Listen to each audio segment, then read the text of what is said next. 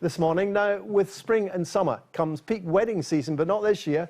COVID-19 has dashed the dream days of happy couples across the country, but it's not just those due to be married who are being impacted. Venues, florists, caterers and photographers are all struggling, and many have failed to get payouts from their insurance companies. Here's Darren McCullens.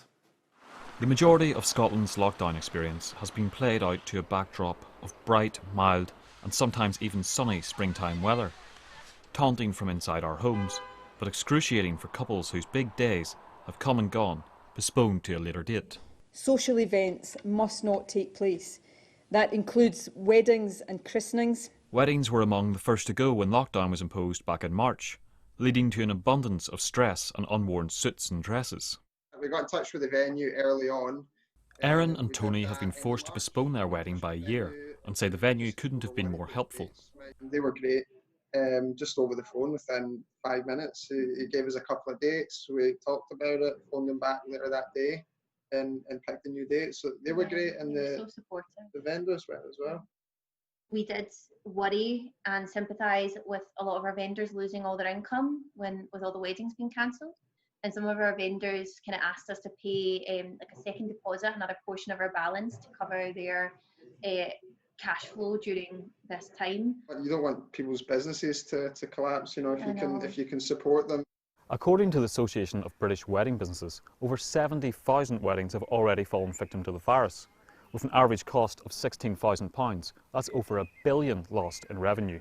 Many feel that insurance companies have been missing in action. Couples have seen claims knocked back, while venues have complained of no coverage in their business interruption insurance, while also carrying the costs of postponements. Insurance companies, of course, say they are operating within policy terms.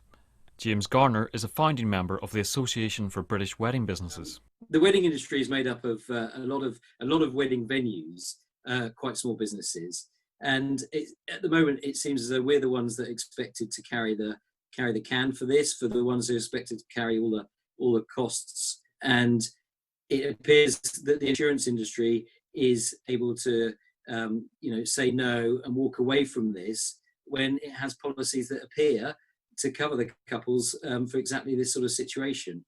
Many small businesses thrive on giving couples the perfect day and the ideal setting, but they rely on the industry for an income, from florists and caterers to photographers.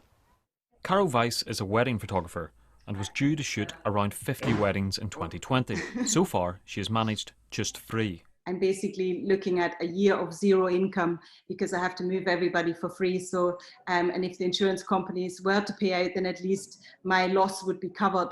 And also obviously for the couples as well, because obviously as we're going on, it's becoming more difficult for them to find that, a date where all their suppliers are maybe available. So the couples are losing money, the suppliers are losing out. So if the insurance companies would pay, then obviously that would help us all.